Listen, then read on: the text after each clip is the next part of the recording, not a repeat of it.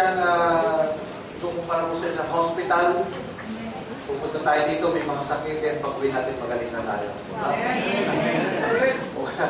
Kaya naman, ang church ay isang factory. Pupunta po tayo dito, hiwa-hiwalay, wasak-wasak ang ating buhay, paglalabas po natin, finished product. Amen? So, yun po yung church. No? Pero po nangyayari in the church. At the church is a place of champions for Christ. Amen? Kaya dito po ay hinuhubog tayo para maging champion. At ipagpatuloy po natin ang ating topic for today about the champion for Christ. Gawin natin, I am a champion for Christ. We are the champion. I am champion for Christ. Amen. Praise God.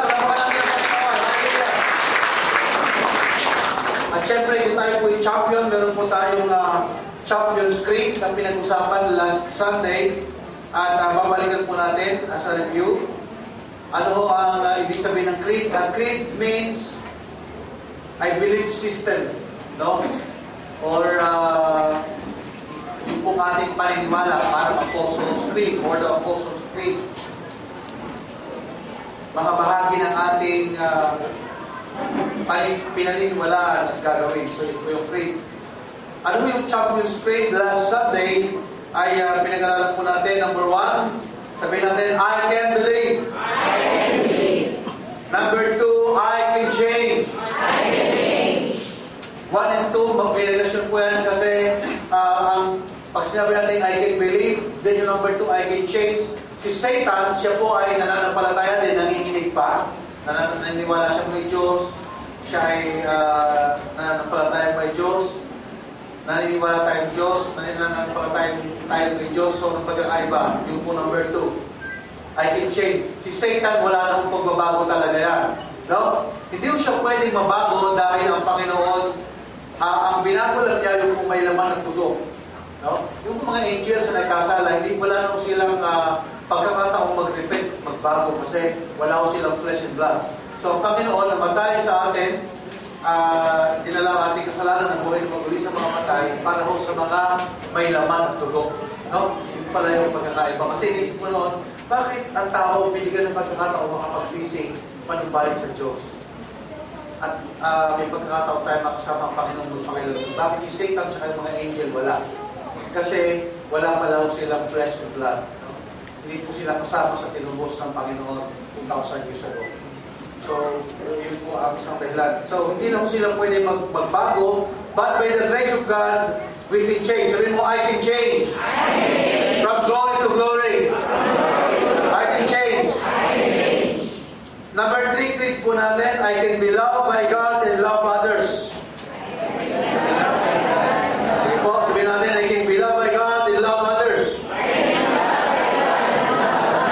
Number 4, creed, I can forgive and be forgiven. I can forgive and be forgiven. Again, I can forgive and be forgiven. I can forgive and be forgiven. Kasi kung paano pinatawad mo tayo ng Diyos, dapat matututo tayo mag-release sa pagkapatawad sa kapwa. Minsan po kaya pala may sakit tayo kasi meron pong unforgiving spirit sa ating puso. Kaya yung iba may sakit sa puso, may mga dinadalang kinikip-kip na sakit na sama ng loob, yung bitterness. No? Hindi mo ma-release, kaya naging sakit po yun. No? Number 5, I can rule my total life. I can rule my total life. Once again, I can rule my total life. I can rule my total life. Ang ating pong buhay ay nakasalalay po sa kung ano yung laging iniisip natin. No?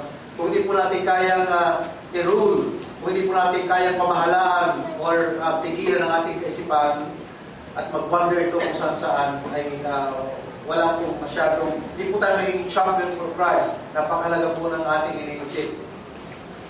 Kung ano po yung iniisip natin, yun po yung nangyayari sa atin. No? Sabi ko ng Bible, what a man think in his heart, so he is. What a man think in his heart. Kung ano yung lagi pinagbubulay-bulayan mo, yun po ang nangyayari sa'yo. Kaya mula ngayon, lagi natin pagbubulay-bulayan, Lord, by the grace of God, I am the champion. Amen? So para ho tayo ay mag-champion sa buhay. Then sa pagpapatuloy po natin, number 6, sa part 2 ng ating pong I. Sabihin natin, I can make a difference.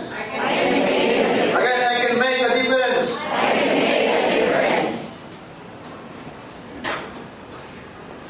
Ang sabi mo ng Panginoon in Matthew chapter 5, verse 6, verse 7, we are or Matthew chapter 5, verse 13, we are the salt and light of the world.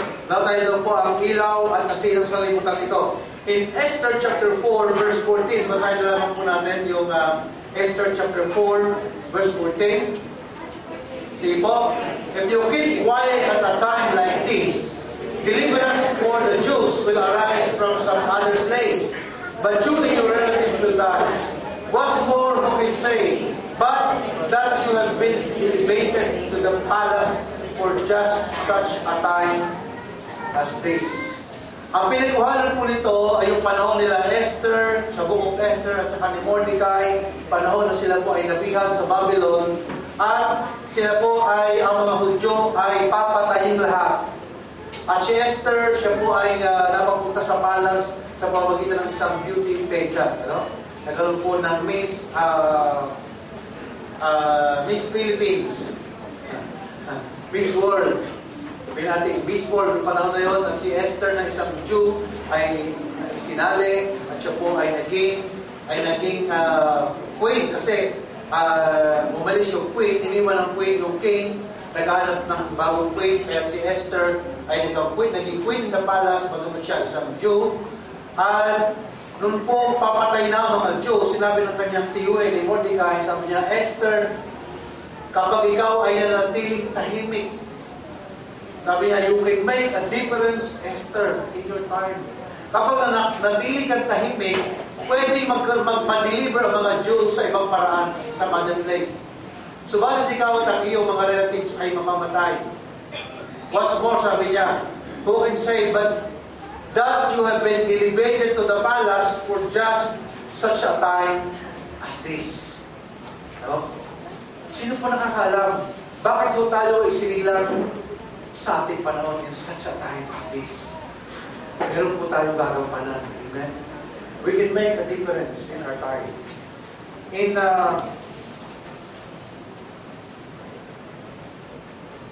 Ephesians chapter 4, in Acts chapter 13, verse 36, in NIV translation. Acts 13:36. Ang sabi po na, basahin po natin sama-sama. For when David had served God's purpose in his own generation, he fell asleep, he was buried with his fathers, and his body decayed. Ano yung emphasis dito? David served God's purpose in his own generation. Isipin mo natin, bakit kaya po tayo isinilang in our time, in our generation? Wala bang purpose? O parang tayo singaw? O parang tayo mga bangaw, lipad-lipad, maghanap pagkain, then after 40 days, mamamatay. Kasi 40 days lang po ang buhay ng isang bangaw. Malamang ata, parang 40 days yan. So, meron pong purpose kung bakit tayo isinilang. Isinilang tayo in such a time as this. Sa ating panahon, meron pong layunin ng Panginoon sa bawat isa sa atin. Ang layunin po yan nasa Philippians chapter 2, verse 15 to 16 din. Philippians 2, chapter 15 to 16. Try po natin, go. So that no one can speak a word of blame against you. You are to live clean, innocent, live as children of God in a dark world, full of crooked and perverse people. Let your light shine brightly before them. Hold tightly to the word of life, so that when Christ returns, I will be proud that I did not lose the race, and that my work was not useless. No? Magiging useless po ang ating pagkasama-sama, ang pagtitipo-tipo natin, kung hindi po tayo mabubuhay sa daigdig na ito. Sabi doon, ano yung ating gagawin ko are to live clean. Amen? Handa ko ba tayo mabuhay ng malinis? Amen. Gusto ko ba natin yun? Amen. Pinatay, gusto ko yun. Amen. Ang sabi ko sa Bible, innocent lives as children of God in a dark world full of crooked and perverse people. You know, ang ating moralidad, bumagsak na bumagsak. Crooked, perverse people. Matindi ho ang perversion na yun. Matindi na ho ang perversion na ipinasa na po sa mga Miss World na ang lalaki pwede na maging Miss World. Ano nangyari yun? Doon pa lang sa title, Miss. Di ba lalaki, Mister? Hello? Tapos nakapasa na po ngayon sa buong daigdig na ang pwede na po sumali sa Miss Philippines ay lalaki. Wow! That's a perversion. Sobra yung perversion ng daigdig. No? At kinakailangan po tayo ay magliwanag sa isang madilim na daigdig na ating kinalalagyan. No? Pag tinanong ko natin, ano ating view, anong pananaw natin sa ganung bagay? So definitely, sabi ng Bible, it is abomination unto God. Bakit ko nagunaw ang Sodoma at Gomorrah? Because of homosexuality. No? Diba? Pinasok nila ang bahay ni Lord at gusto nilang makipag-sex doon sa mga angels. Sabi ni Lord, meron ako huwag niyong galawin yung mga bisita ko, meron akong mga anak na mga virgins, ito, ibibigay ko sa inyo. No, hindi. Sabi nila, gusto ko yung mga gwapong pumasok sa bahay mo. No?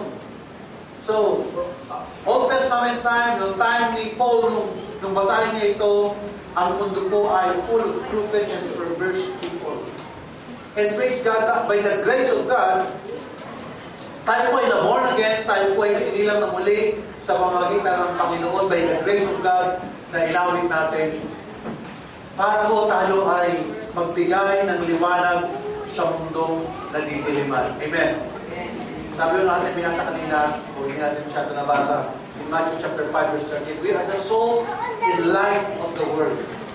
Ano ang ibig sabihin ng light ng salt? Ang salt ay preservative. Ang asin na pag inilagay mo sa galunggong, sa tulingan, at kahit madami kang nailagay, at kaya nga napakaalat niyan, di ba? Kasi para ma-preserve, kasi nung araw wala namang freezer, walang refrigerator. So preservative ay asin. Lalagyan ng madami-madaming asin para hindi siya mabulok. No? Kaya pag kinain mo, sobrang baka 3 takal ka ng kanin sa alat, kunting praso lang, napakaalat. Ano? So makakadami ka ng kanin. Kaya ang labas mo diabetic.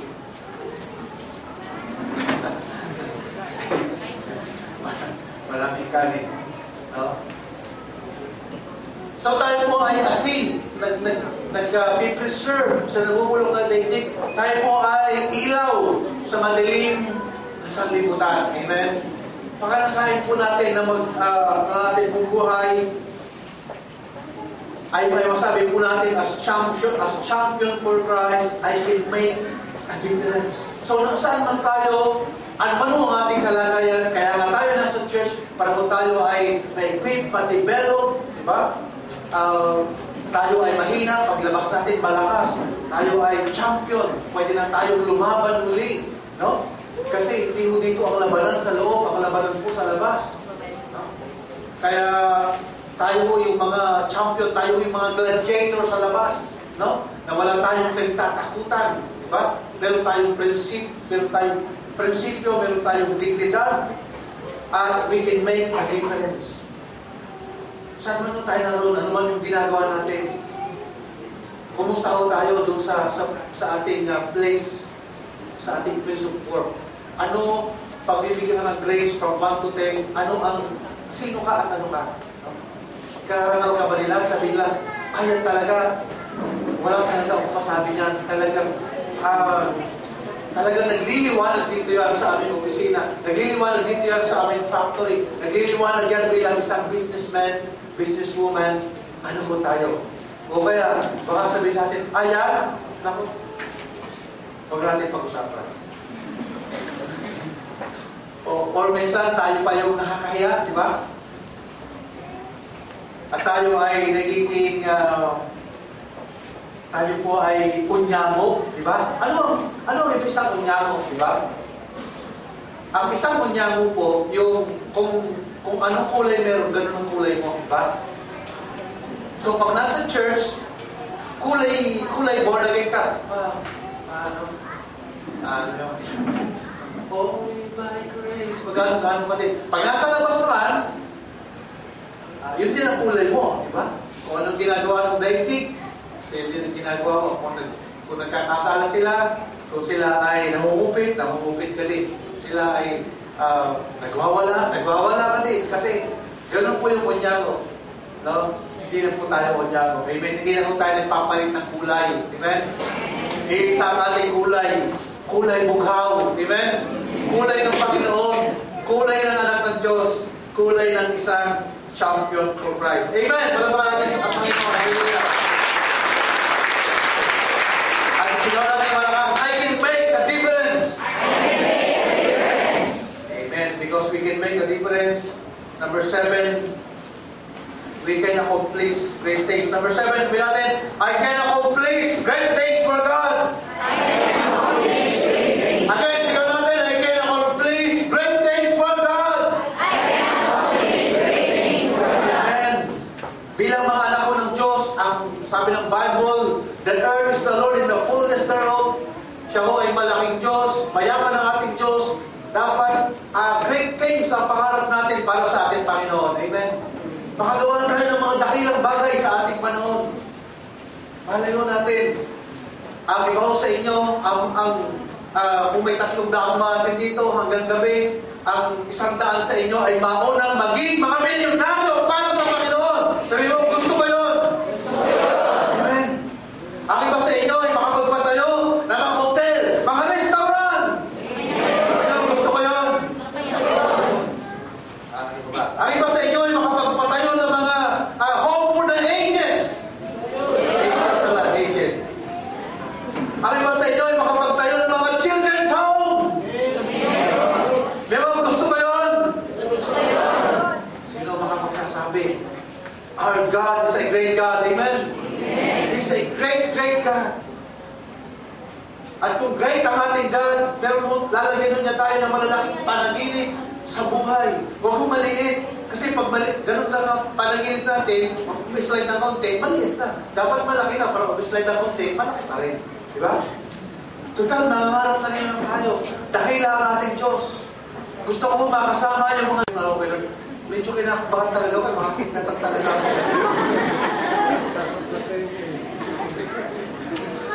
Kaya pagka dumawa ako sa patay, I will see to it na 2 o 3 kami. Pag nag-iisa ako, parang medyo, kasi totoo po naman, parang, Lord, kung gusto mong buhay dito. Dapat ewan ko ba na bakit yun yung nahingin kong sign. Dapat pala nahingin kong sign, pumaway na lang sa akin. Ibig sabihin, buhayin ko siya. Okay. So, iba ko sa inyo, ay magkakaroon po ng deep of healing. No? Great things. Great things. I-try ito ho. Pag may sakit sa inyo, patungan nyo ng kamay. March 16, 17, 18. Diba? At siya ay gagaling. Kaya lang ho, syempre, totoo din na merong sobrang gift ang ibinigay na gano'n eh. Pagman pwede natin i-exercise by faith, pero iba ho talaga yung merong gift talaga ng healing. No? At posible ho, nasa ating kalagitnaan yun. I-exercise nyo lang. Kasi hindi natin matutuklasan kung hindi mo gagawin. Parang, paano naging si Charis kung hindi siya nag-try kumanta kahit isang beses, di ba? So magta-try ka. Kaya kayo mag-try din kayo kumanta. Malay nyo, baka next Charis kayo. Di ba? Tapos yung kanta mo, i-YouTube mo. Baka makakita ka rin ni Ellen DeGeneres. Wow, kita kumanta nito. Ang gandang kumanta nito si Erica. Maganda palang tumula itong si Amy. Wala na yung magaling tumula. Ano mga boy? O kaya, gumawa ka ng isang bagay na kakaiba. No? Para sa Panginoon din, pag-uusapan ka at naka-accomplish ka ng great things. Number 8, ito ito, mahalaga po ito. Number 8, sabihin natin, I can stand in the midst of adverse circumstances. Sabihin natin, malakas. I can stand in the midst of adverse circumstances. Ibig sabihin, sa anumang malalaking pagsubok sa buhay, ang isang champion ay hindi umaayaw. Siya lagi nagwawagi. Ang nagwawagi ay hindi umaayaw. Amen? Ang umaayaw ay hindi nagwawagi. Ganun po yun eh. Walang umayaw na nagwagi, walang nagwagi na umayaw. Kaya lang, nung ako ay unbeliever, bata pa, ini-apply ko ito sa fiestahan. Tumaya kami ng beto-beto. Sabi ko, ang nagwagi ay hindi umayaw. Habang may pera kami, taya ng taya. Kasi kailangan magwagi. Yung beto-beto, yung kinakalong, di ba? Ano panahon kasi namin, wala pang mga Disneyland, wala pang mga pasyalan na magaganda. Panahon po namin, nila Brother Don, ni Brother Jerry, kawalan natin. Ang gusto nung piyestahan, di ba? Ang gusto po noon, mga piyestahan eh. Tapos yung mga, pumunta kayo dito, yung mga tao kumakain ng buhay ng manok. Hindi nga, trabaho na noon. Yung mga tao naman talaga siya. Kala naman ng mga tao ba talaga. Pero yung mga tamad na tao na gusto kumita ng maganda-ganda, siyempre, pag buhay naman, susundukan talaga no. Kakain talaga niya. So, pera na ho yun, ng araw. Hindi mo masyadong talent ng araw. Kung nung araw, kaya mong kumain ng buhay ng manok, buhay ng daga, buhay ka na. Hindi, nung time namin, ganun eh, di ba? Wala akong masyadong pasyalan ng mga MOA, mga ano. Basta sa mga probinsya, pag may pagpiestahan, so meron yan, mga ganyan, mga beto-beto. So, tataya ka, nagwawagi, hindi umaayaw. Alala ko, may karanasan po kami. Punta kami sa isang place, mga 27 kilometer mula sa amin. Naubos lahat ng pera namin sa beto-beto. Yung kinakalong na gano'n, tapos may number. Parang dice. Ito yung kinakalong. Tatlong number, di ba? Yung parang dice, tapos tatakpan gano'n. Tapos pag binusabi siya, uy, tama! Yun. Ay, naku, naubos yung pera namin. Lakad mo kami pa uwi. Kaya kasi hindi kami umayaw eh. Pati papasahay, talaga. Ang sabi mo doon, habang nahihipo ang tenga, itinaya. But in a positive way, ang mga champion ay hindi po siya umaayaw sa anumang pagsubok. Amen? Sa anumang laban. We can stand in the midst of adverse circumstances. In Ephesians chapter 6 verse 12 to 14.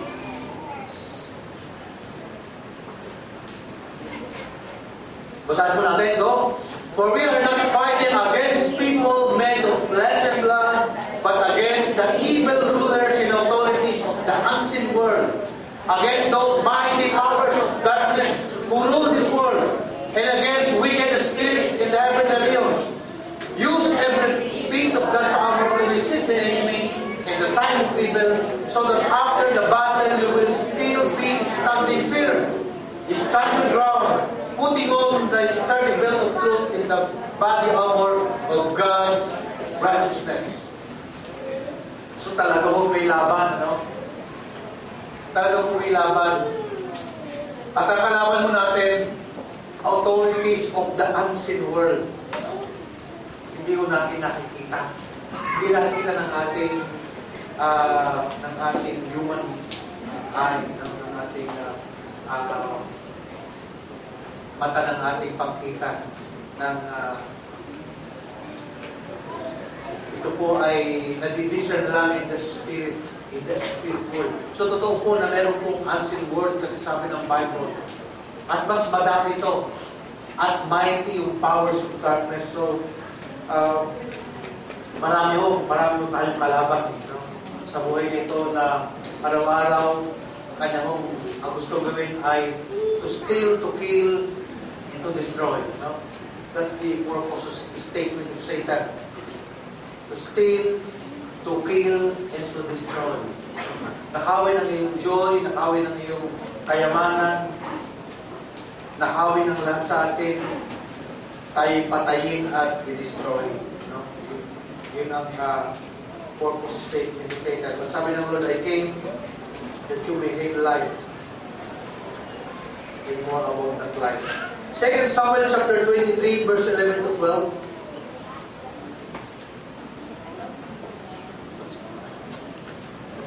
2 Samuel 23, 11 to 12. Basahin po natin. Next in rank was Shammah, son of Agi, from Harar. One time, the Philistines gathered at Gleaning and attacked the Israelites in a field full of lentils. The Israelite army fled, but Shammah held his ground in the middle of the field and beat back the Philistines. So the Lord brought about a great victory. So ito po yung si Shammah. Bakit si Shammah ay hindi natatakot? In the midst of trials, in the midst of battle, kasi si Shammah, alam niya na si Lord ay lagi niyang kasama. Yan o talaga ang isang dahilan. Amen?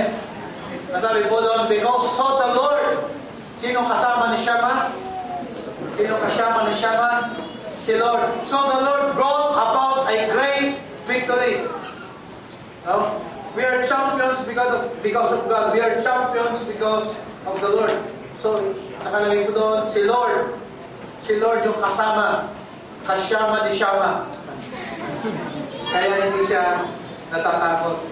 Kagaya ko natin, we can stand in the midst of adverse circumstances. Ano man ho yung kalagayan natin sa buhay, ano man dumating ang pagsubok sa inyong mga kapatid, kaya niyo yan. Kasi imposible ho na yung isang father magbigay ng pagsubok sa kanyang anak na hindi niya kaya.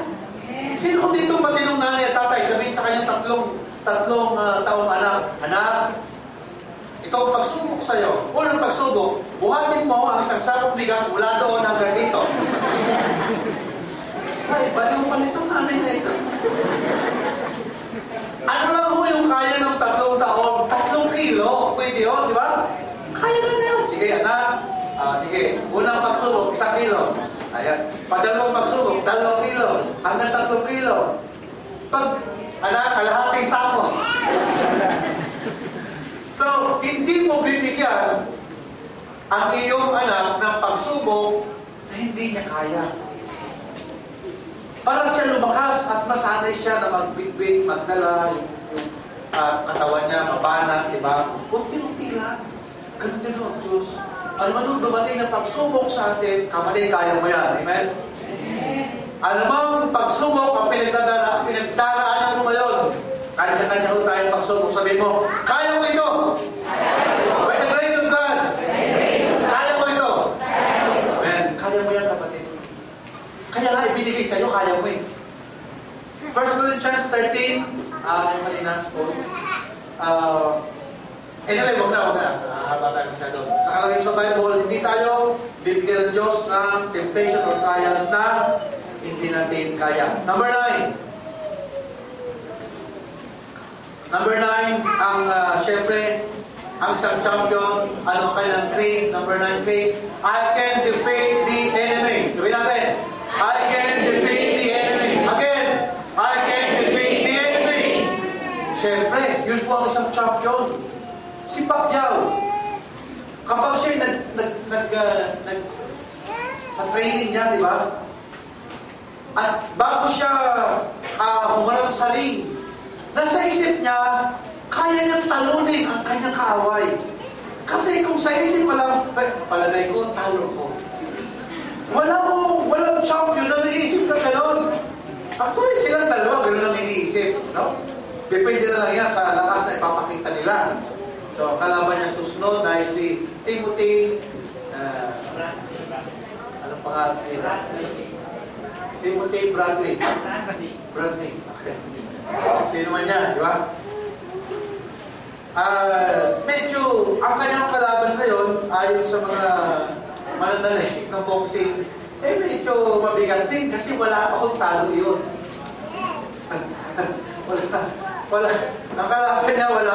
talo. So si Pacquiao may talo na. So medyo mabigat-bigat, but praise God na sana manalo siya ngayon. Kasi ito yung unang laban na talaga meron siyang physical training tsaka spiritual training. Amen? Pagkaka-boxing niya, sabi niya, Bible study, boxing, talagang patindi, di ba? Kaya, pag siya natalo dito, ibig sabihin, pinapahinto na siya ni Lord kasi yung daw ang panaginip niya. Pinapahinto na daw siya ni Lord mag-boxing. Okay. So, in the midst of the enemy, we can defeat the enemy. 1 John 4:4, lagi mo natin sinisigaw ito. Wait, slide mo natin. You, their children, are from God and have overcome them because the one who is in you is greater than the one who is in the world. Amen. Lagi mo natin sinisigaw ito. Greater is He, we are more than conqueror because greater is He, the Lord Jesus Christ, that is in us, than He, Satan, that is in the world. So we can defeat the enemy because greater is He, the Lord Jesus Christ, than He, Satan, that is in the world. At sabi ng Luke chapter 10, verse 19. Luke chapter 10, 19. Basahin po natin ito. I have given you authority to trample on snakes and scorpions and to overcome all the power of the enemy, and nothing will harm you. Sabihin natin, all the power of the enemy. All the power of the enemy. Again, to overcome all the power of the enemy. All the power of the enemy. Asalin mo natin ito. Hindi mo sinabing to overcome some of the power of the enemy, but all the power of the enemy. But syempre, overcomer ka kapag ikaw ay lumaban. Talagang may laban. Even in temptation, may laban yan eh. No? Sa mga tukso, halimbawa, ikaw ay isang principled man, alam mo na hindi ka kukuha ng bagay na hindi sa'yo. Kaya lang time na wala ka talagang kapera-pera. May sakit ang nanay mo. Kailangan ng tuition ng kapatid mo. Nakapulot ka ngayon ng 100,000, isang busog na wallet. Lord, alam ko, makahuli ko ng langit ito. Salamat, Panginoon. In Jesus' name. Diba? So yun ba ang gagawin natin? Diba? Hindi pa dapat, at titingnan natin, kanino kaya ito? Uy, nakita natin, may address. Diba? May cellphone number. Kunyari pa, 0919, ang denial mo naman, 0917. Pero hindi ko na-accountant eh. 0917, denial mo, 09 pa lang, smart yun eh. Pwede kang gumawa ng paraan. Kunyari, talagang inanap mo, talagang, pero pray mo, lumang sana, wala makakita nito. Sana Lord, hindi na bakit. Sana Lord, hindi na makita ang biyari dito kasi 100,000 ito. May sakit ang nanay ko, kailangan, wala kami kapera-pera. Pagtutuation yung kapatid ko. No? Ang tagal pa ng sweldo ko. No?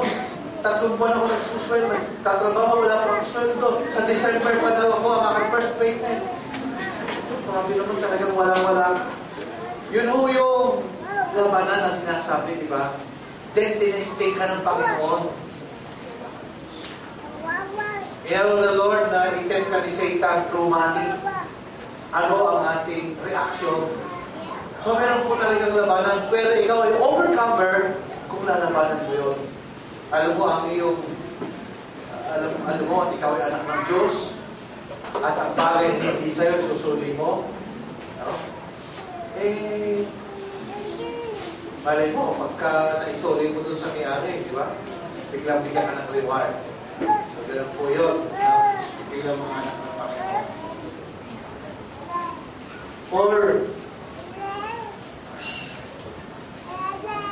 Or in immorality, so ganun din po yun. No? Kaya lang, ang pagkakaiba po, when it comes to immorality, sexual immorality, especially pag lalaki, yung time ni Joseph, si Joseph po ay tumakbo. Yun know, ang tanging magagawa ng isang babae o lalaki sa sexual immorality. At ikaw ay umalis. Ano? Hindi ho uso yung kanta ni si Trace, pero utukso, buhayuhan mo ako.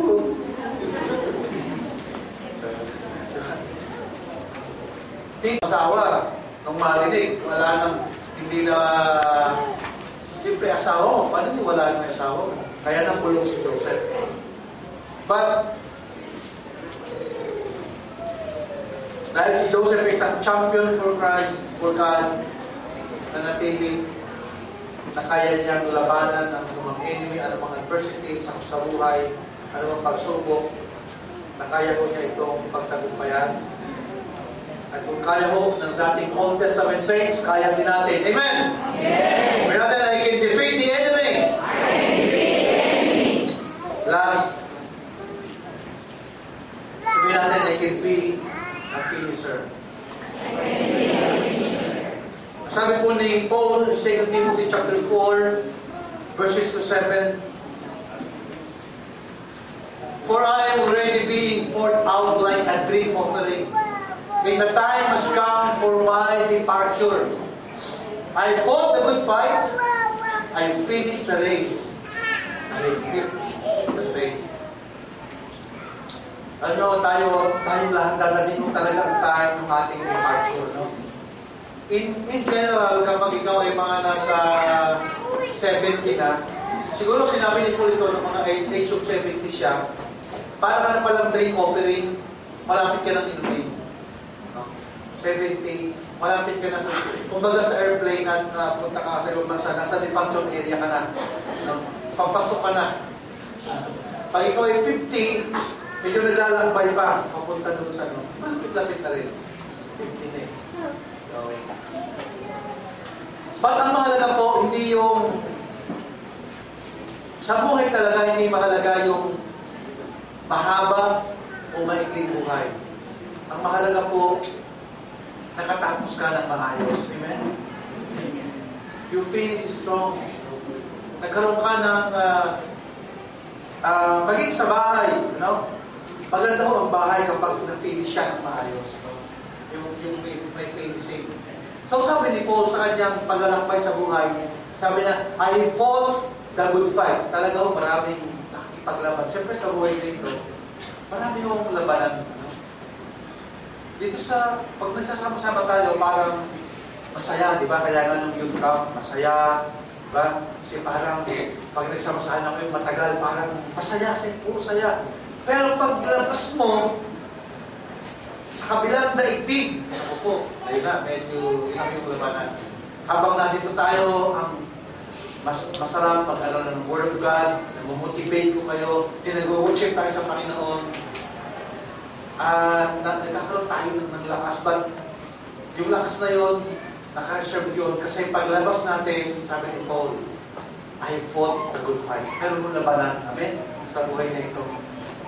Kasi nga, si Satanas po, ang mga demonyo, at kung paano nagkasala ang tao, bumagsak at sa kasalanan, sa kahirapan, kaya mo nalaranasan natin ito. So may labanan. Ang mahalaga, sabi ni Paul, I fought the good fight. And I have finished the race. Maganda kung na nagsimula tayo sa Panginoon ng maayos, matapos tayo ng maayos. Kasi marami yung nag-start na, wow, napakaganda, napaka-active. Then, dumating ang panahon, doon pa bumagsak. Maganda kung meron tayong maiwang na legacy. Amin ba? Sa ating panahon, tawag po doon legacy. May pagmalaki ka ng iyong lahi. Sabihin mo, ipagmamalaki ako ng aking lahi. Kung sakali mo may lahi pang susunod sa atin, ano ang sasabihin ng lahi na iniwan mo? Oh, yung lola ko, yung lolo ko, yung tatay ko, talagang ipinagmamalaki ko siya. Ganyan, ganito ang ginawa nila. Hanggang siya ay nagsimula ng maayos, siya ay nagtapos na napakaayos. Ang sabi ni Paul, I have finished the race and I have kept the faith. Ito yung pinakamahalaga sa buhay. Tayo ay, ang isang champion ay finisher. Ay good finisher. So, i-review natin ang creed ng isang champion at sana ito ay nagbigay sa atin ng kalakasan, ng motivate tayo. Number 1, sabihin natin, I can believe. I can believe. I can change. I can change. I can be loved by God and others. I can forgive and be forgiven. I can forgive.